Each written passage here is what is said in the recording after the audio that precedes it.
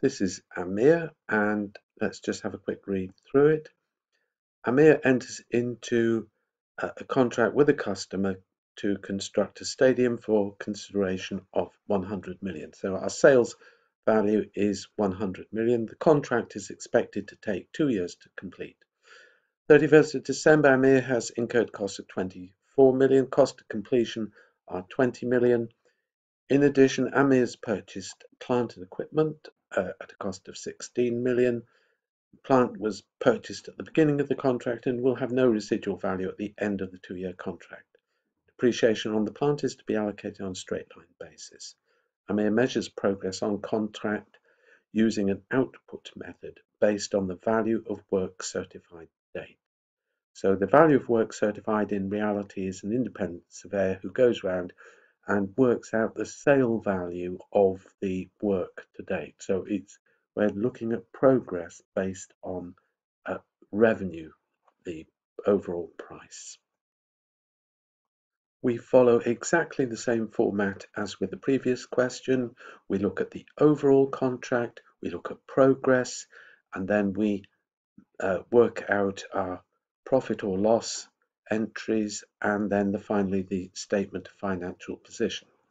But there's an important little difference between this approach and the cost-based approach, which we will come across. We have price here of 100, and we've got this problem of plant, which is one of the little changes. We're measuring value used up. So it says plant cost. That 16 really represents 2 years of depreciation. Depreciation is our measure of the value of a fixed asset that is used up. It happens to be completely used up, so it's 2 lots of 8. But supposing the net book value was 2, so at the end of the 2 years, then at 16 minus 2, 14 million would have been used up, and over the whole contract, it would have been 2 lots of 7 as our depreciation and our total value used up. So it would be 14, not 16, if the residual value was 2. But the residual value is 0, and therefore all the cost has been used up, and that is what the depreciation accounts for. So 2 lots of 8. Cost to date, same as in the castle question, and cost to complete, which is 20. So that comes straight out of the question. Overall profit is 40. Now work certified is 45 million, and the customer has paid 11.4 million.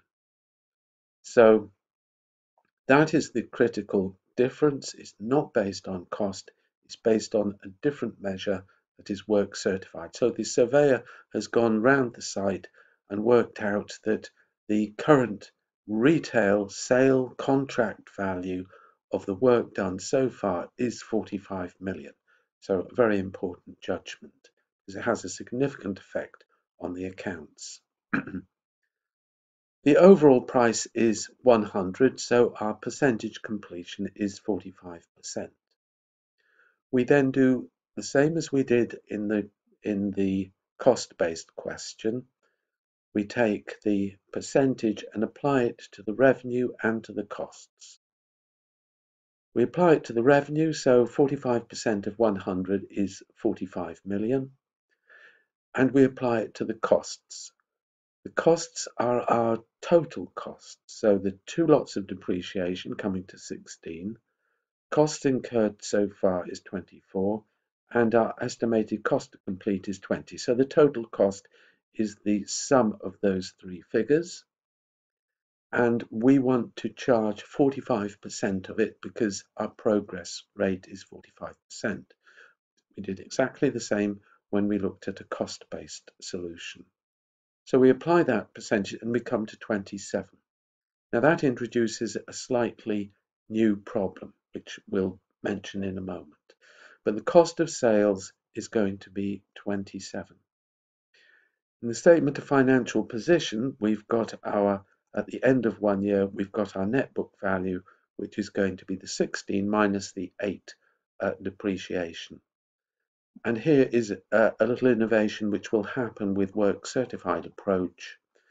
We have incurred costs so far of 24, right, and that comes from the question, costs incurred of 24, plus 8, which is the depreciation. So that comes to 32, and that's a 32, that's a debit in our account, expenses as a debit, but we've credited that account and debited our cost of sales with only 27. So we're charging out to the profit or loss statement, we're charging out 27 of the 32. So we're leaving behind £5 million worth of expenses that are not going out as cost of sales. Well, we know from our cost of sales calculation that purchases that are not going out as cost of sales end up as stock, and we do much the same here. So expenses, the 24 plus the 8 that is not going out as cost of sales, has to go in as work in progress. So that is a current asset, is treated in the same way as inventory.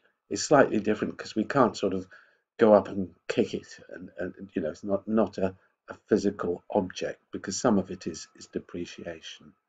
But we have to do something with the debit on our accounts, and so we hold it over on the statement of financial position, the balance sheet. And then finally we calculate the receivable, and that we do in the same way. According to our calculations, our revenue that we're claiming is 45, and we've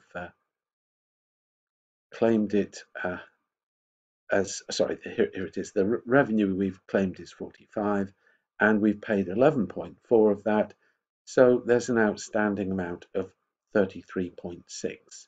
And this again is based on our notional revenue as determined by work certified. So here again, our receivable is something that really depends critically on the surveyor's evaluation of the progress. And that concludes our look at the Amir question.